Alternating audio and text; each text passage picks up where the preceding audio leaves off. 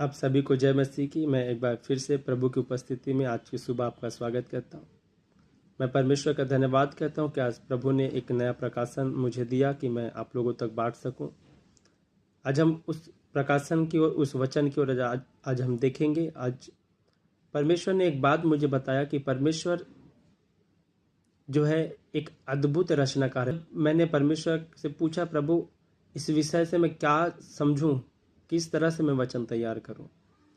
तो प्रभु ने मुझे बताया, जब हम निर्गमन की पुस्तक में पढ़ते हैं अध्याय 36, 37, 38 ऐसे समथिंग वहाँ पास, तो परमेश्वर ने अपना वाचा का संदूक, पवित्र स्थान, वो तंबू बनाने का पूरा नक्शा, पूरा ढंग मूसा को बताया कि किस तरह से वहाँ के पवित्र स्थान के जो तंबू होंगे, वाचा का संदूक कैसा होगा, कौन सी वस्तु उसमें उपयोग किया जाएगा, उसका डिज़ाइन कैसा होगा, बाहरी फाटक कैसा होगा, आंगन कैसा होगा, द्वार कैसे होंगे, पर्दे कौन से कलर के होंगे, कैसे होंगे।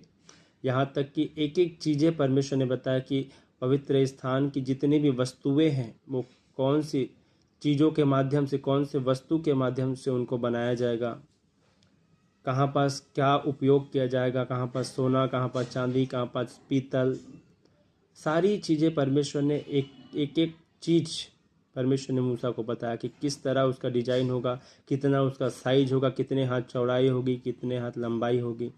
और यहाँ तक कि परमेश्वर ने याजक के वस्त्र कैसे होंगे, उनको कैसा वस्त्र पहनना होगा, जो मुख्य याजक है उनका वस्त्र कैसा होगा, नॉर्मल जो याजक रहेंगे उनका वस्त्र कैसा होगा। सारी चीज़ें परमेश्वर ने क्या किया, मूसा को बताया कि किस तरह से इन सारी चीज़ों का निर्माण किया जाना चाहिए। तो इस चीज़ को जब हम देखते हैं कि परमेश्वर उस मंदिर के विषय में, ठीक है, उस मंदिर के विषय में परमेश्वर ने एक एक चीज़ें, सारी चीज़ें बताई। और उन चीज़ों को जब मूसा ने उसी रीति से किया तो परमेश्वर की एक उपस्थिति वहाँ आती और वो अपने लोगों से उस मंदिर के द्वारा होकर वहाँ उपस्थित होकर बात करते थे। तो मेरे कहने का मतलब ये है कि परमेश्वर ने उस टाइम उस मंदिर को, जो एक तंबू था जिसमें परमेश्वर उतरते थे, उसको परमेश्वर ने इतने अच्छे तरीके से, किस तरह से उसका डिज़ाइन होगा, वहाँ क्या क्या वस्तु होंगे, कौन सी जगह में क्या चीज़ होगा, कितना लंबा कितना चौड़ा होगा, सारी चीज़ें परमेश्वर ने डिटेल पूरा मूसा तक पहुँचाया। मूसा को बोला कि इस तरह से मूसा तू करवाना और ऐसे ही इस तंबू को रखना, और फिर मैं इस तंबू में आऊँगा और अपने लोगों से बात करूँगा। तो जब हम देखते हैं कि उस समय वो तंबू जो परमानेंटली नहीं था, उस समय उस तंबू के लिए परमेश्वर ने इतनी सारी चीज़ें डिटेल बाय डिटेल मूसा तक पहुँचाया कि इस तरह से इसकी लंबाई चौड़ाई होगी और ऐसे ही उस तंबू को तो तैयार करना, वाचा के संदूक को तैयार करना। और परमेश्वर का वचन आज क्या कहता है कि तुम मेरा जीवता मंदिर है। आज हम उसके तंबू हैं जिसमें परमेश्वर उतरता है और अपने लोगों से बातचीत करता है।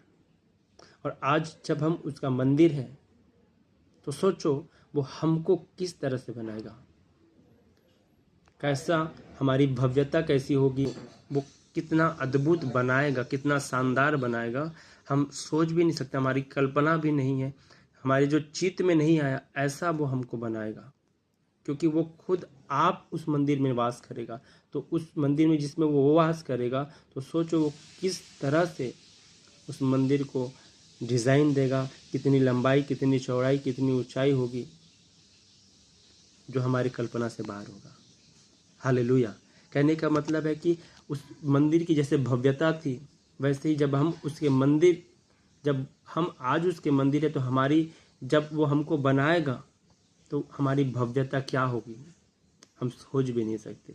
इसलिए हम जैसा परमेश्वर चाहता है वैसा ही हम अपने आप को उसके हाथों में समर्पित कर दें, ताकि जैसा वो चाहता है वैसा मंदिर हमें बना सके और उस भव्यता को हमारे ऊपर प्रकट कर सके जो उस समय वो तंबू में प्रकट करता था, ताकि वो अपने लोगों से हमारे द्वारा होकर बातचीत कर सके और अपने लोगों का मार्गदर्शन कर सके।